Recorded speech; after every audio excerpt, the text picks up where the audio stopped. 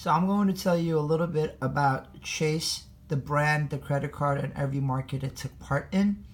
Chase was an umbrella brand. It gave consumers a sense of trust, credibility, and security.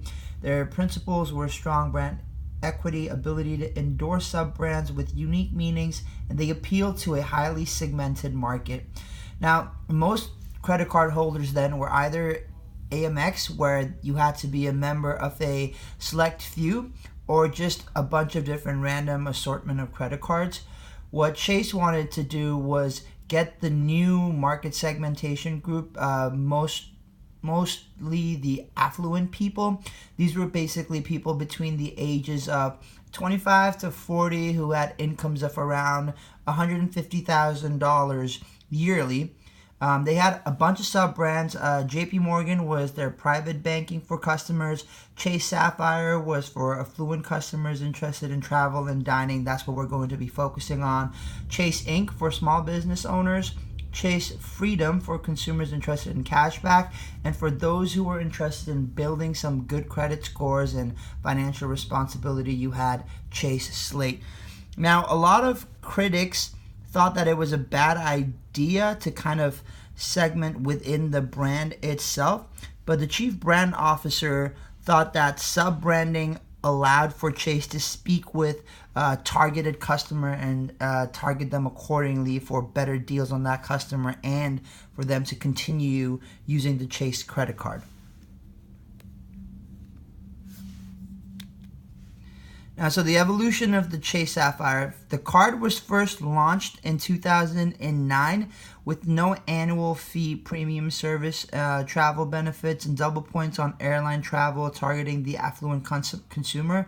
They were really trying to cater this card to a lot of young people who would be traveling, eating out a lot. And in their bid to do that, they released the Chase Sapphire in 2011. The preferred premium card had an annual fee of $95. However, it had a unique card design, bonus rewards, and exclusive experiences.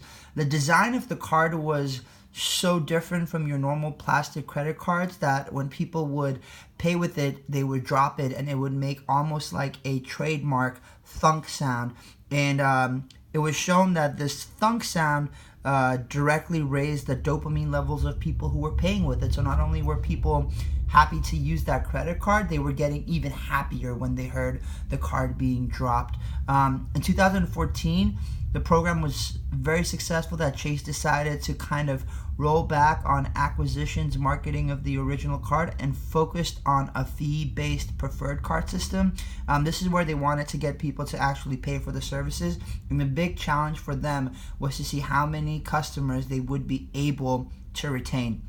2016, they decided to release the Sapphire Preferred. This represented more than half of the sub-brand's total accounts and sales. It was so good that it won several industry awards and consumer enthusiasm along the way. They were able to edge off some of the top credit card brands like the American Express, Citi, Bank of America. They basically became the top credit card brand 2016 and onwards. Finally, a lot of people thought that Chase was the most appealing card ever, and a lot of it had to do with its metallic design. It didn't have a cheap, plasticky feel to it. A lot of people really enjoyed how that felt. So much so that the offer with the look of the card combined was so popular that the card exceeded 12-month sale targets in 12 weeks. And what's crazy is that the company actually ran out of the special metallic alloy they used to make the cards. They had to send customers plastic cards in the meantime while they were waiting for their metallic Chase cards. So while I was talking about the affluent customers Chase was trying to attack, the profile was basically millennials under 30, people who loved using social media and unboxing videos. Basically what an unboxing video was that when people would receive their cards, they would record the entire process of them opening their cards and then showing everyone the beauty and appeal of that card. They wanted to focus on travelers and people who were really about the reward system.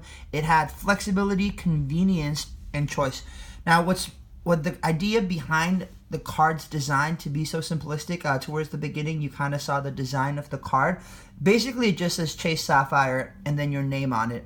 The idea was that when people look at the card, they want elegance and simplicity, but also Chase had top-end customer service. When you had any problems with the cards, questions about your rewards, questions about anything, you could just flip it over, call the number on the behind, and someone would answer your question.